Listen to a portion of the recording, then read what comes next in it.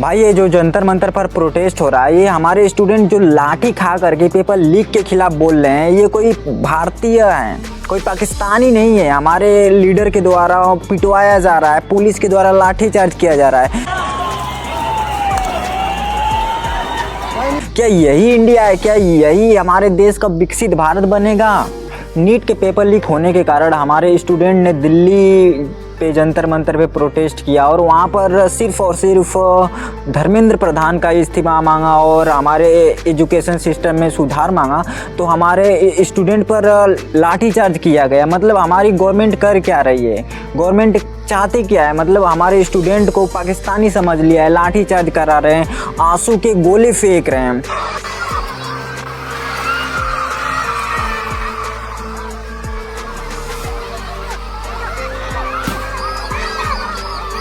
ये वीडियो देखो, हमारे स्टूडेंट पर पुलिसों के द्वारा आंसू के गोले फेंके जा रहे हैं। मतलब स्टूडेंट को समझ क्या रहे हो तुम? भाई ये जो जंतर मंतर पे प्रोटेस्ट शुरू हुआ था नीट के पेपर लीक के चलते, और वहाँ पर जो स्टूडेंट प्रोटेस्ट कर रहे हैं, ये इतना बड़ा मुद्दा बन गया है कि वहाँ पर पॉलिटिक्स हो रहा है। बहुत ही ज़्यादा पॉलिटिकल लीडर आ रहे हैं और वहाँ पर इतना ज़्यादा क्राउड इकट्ठा हो रही है, वहाँ पर पुलिस को लाठीचार्ज करना पड़ रहा है। मतलब पुलिस वहाँ पर चाहती क्या है? स्टूडेंट प्रोटेस्ट ना करे, पेपर लीक होता रहे, हमारा देश आगे कैसे बढ़ेगा?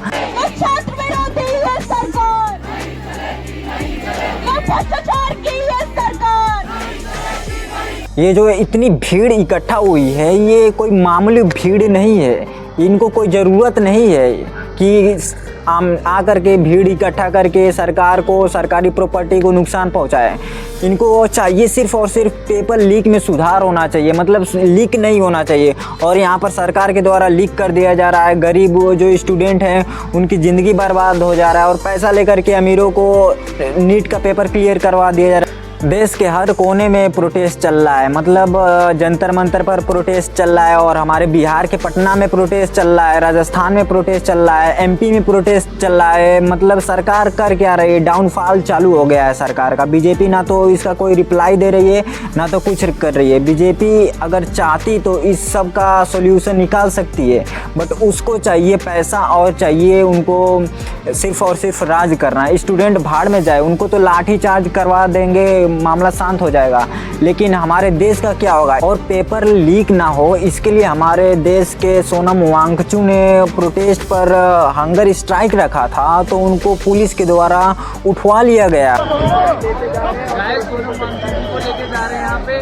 मतलब हो क्या रहा है? एक आदमी स्टूडेंट के भलाई के लिए बैठ रहा है तो उसको भी तुम टंगवा ले रहे हो। सिर्फ और सिर्फ एक बंदे ने इस आंदोलन को शुरू किया था, क्रांति को उभारा था सीजेपी प्रोटेस्ट के नाम से, और ये आंदोलन इतना बड़ा हो गया है कि सरकार को झुका करके रख देगा, क्योंकि इसमें इतना स्टूडेंट शामिल हो गए हैं कि सरकार को मजबूरी में सुनना पड़ेगा।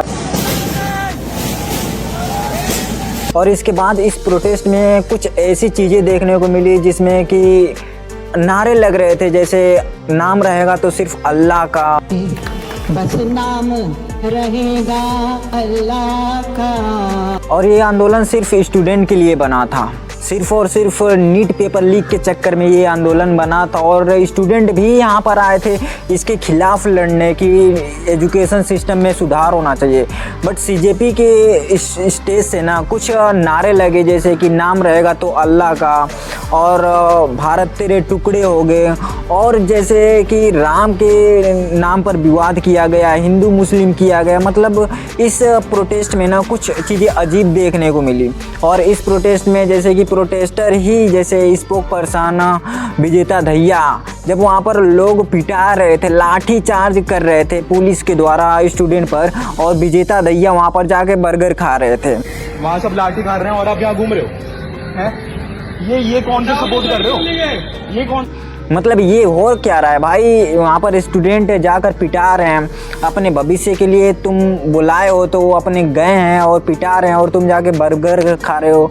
मतलब कुछ तो शर्म करो। और अभी नीट पेपर लीक के चक्कर में राहुल गांधी, अखिलेश यादव और पूरा अपोजिशन जब प्राइम मिनिस्टर हाउस को घेर लिया, प्रदर्शन कर रहे थे, तो उनको पूरा तरीके से जेल में डाल दिया गया।